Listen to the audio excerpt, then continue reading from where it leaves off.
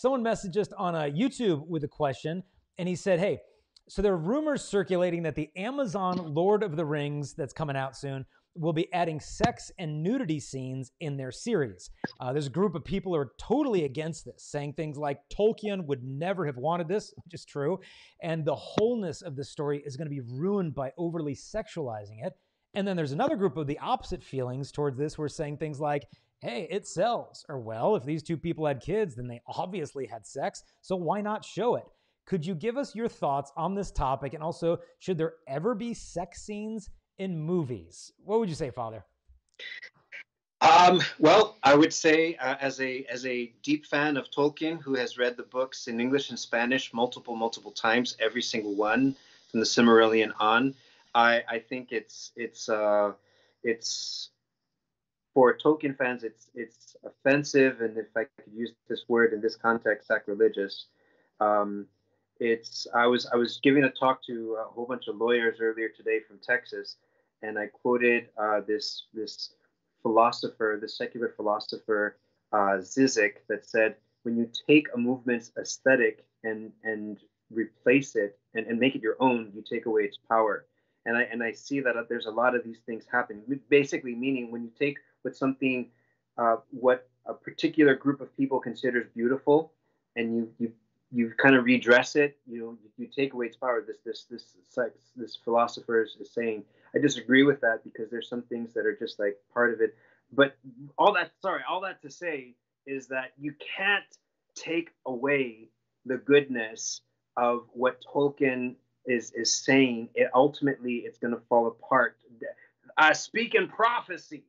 If they try to do this thing, it's gonna mess it up a little bit, like the whole Star Wars, like, the recent movies, like they try to do all this other stuff, and it's kind of like, what are they doing? So shame on them for messing up a good thing. Now, should there ever be sex in movies? It's like, okay, so just because they're married in a movie doesn't mean I need to see what's going on. We have a word in English that's called obscene, and it's usually like, oh, that's obscene. You don't want to. It comes from a Latin root from the theater, that there was things that were out of the scene, like killings or stuff like that. They didn't show the people, but the people knew that they happened off stage, right? And that's kind of what this is like. The definition of scandal is like one person's sin leads another person to sin. And I know what I'm saying is not going to it amazingly inspire all of Hollywood to take out all the sex scenes in their movies. But you're asking me if it's right or wrong. And it's wrong, period. It's obscene in the classical sense. That doesn't mean that we don't know how babies came from. That doesn't mean that certain things can't be done in a certain way for educational purposes, or even, to further the story. But that doesn't mean that I need to see every single detail, because that is basically pornography, porneia, and that messes with your brain. Don't need it. No, thank you. No, good stuff, Father. I think if someone were to pose that to me, one take I would take. Listen to the argument there. Well, if they had kids and they obviously had sex, so why not show it? Well, look, if like the Lord of the Rings, if like they're going on a week-long hike, then they would have used the restroom. And if they would have used the restroom, they would have had to during that week, then why not show Gimli going to the bathroom? It's like, look, I don't need to see that. Some things obviously happen, but they're better left in private. And just like going to the restroom, likewise, the privacy of a husband and a wife in the marital act, this is not intended to be public. And I think if anyone gets that, it's teenagers in a sense, right? Because if parents of teenagers begin to display any public affection toward each other in front of the teenagers, often the teenagers are like, stop it, mom, stop it, dad, it's like, well, why? It's because, well, wait a minute, there's a certain line, so to speak, that like, hey, certain things private. Obviously, parents in general are not going to cross that line in front of their kids, but there's an understanding of a level of mystery and secrecy that just belongs somewhere else. Because especially when it comes to making love, in real life, if you're actually watching somebody else make love, you're creepy. I mean, you should be arrested if you're watching somebody else engage in the marital act. I mean, that's voyeurism. You actually belong in jail.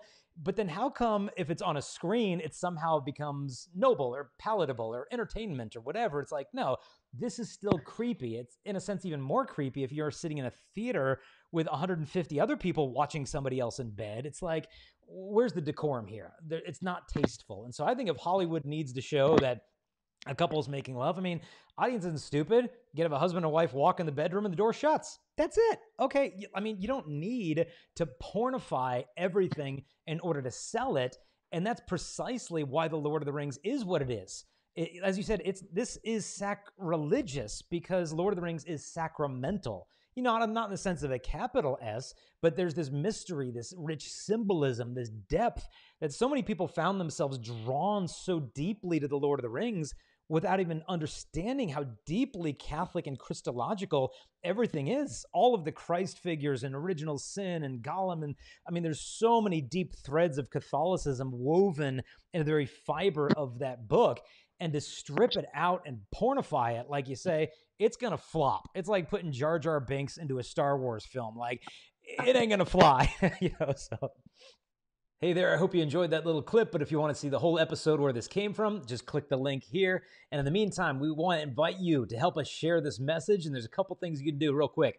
Number one, if you like or comment or share this video, YouTube will actually show it to more people. Also, don't forget to subscribe, hit the notification bell. We release videos every single day, and you'll be notified as soon as those come out. If you want to help us also to spread this message, you can support us at patreon.com/Jason Evert. That helps us to create these videos and show them to the whole world. God bless.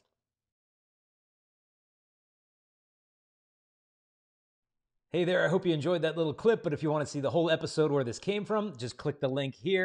And in the meantime, we want to invite you to help us share this message, and there's a couple things you can do real quick.